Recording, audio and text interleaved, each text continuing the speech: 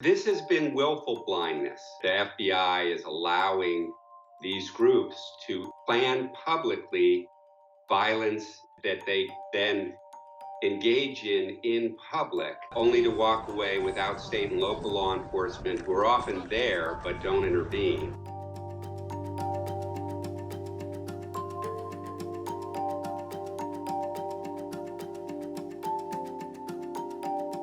This isn't a secret. When I was an FBI agent in the 1990s working cases against white supremacists, we were warned there are white supremacists who will have links to law enforcement.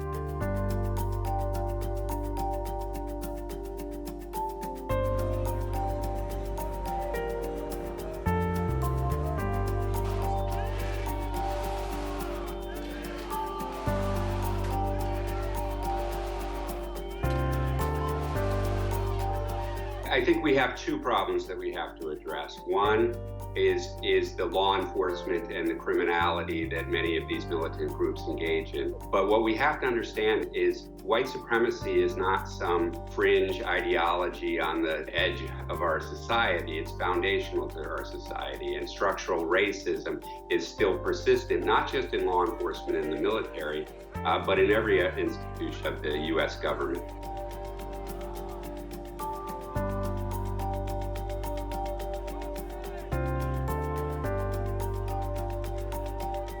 It's really essential that Congress get to the bottom of why law enforcement has failed to focus on this issue of white supremacist and far-right militant violence, and why they have allowed these groups to engage in public violence over the last 4 years with very little intervention. It was only 2 weeks before the attack on the Capitol that far-right militants attacked the Oregon State Capitol, breaching the doors, fighting with law enforcement, attacking journalists.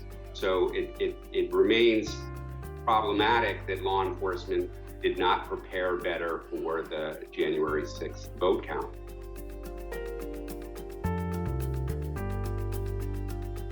Now that these groups' affinity for law enforcement has been shown to be a ruse, I'm afraid the most dangerous elements of them are going to go underground, but with much more robust networks through which they can operate and recruit and travel across the country, creating harm. This violence has been persistent.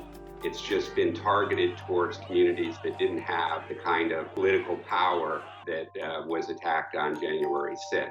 And what we have to do is recognize how those communities need our support. We have to address these problems that are not necessarily law enforcement problems, but social problems that we need to understand by accepting the reality of our history and the continuing effects on our society.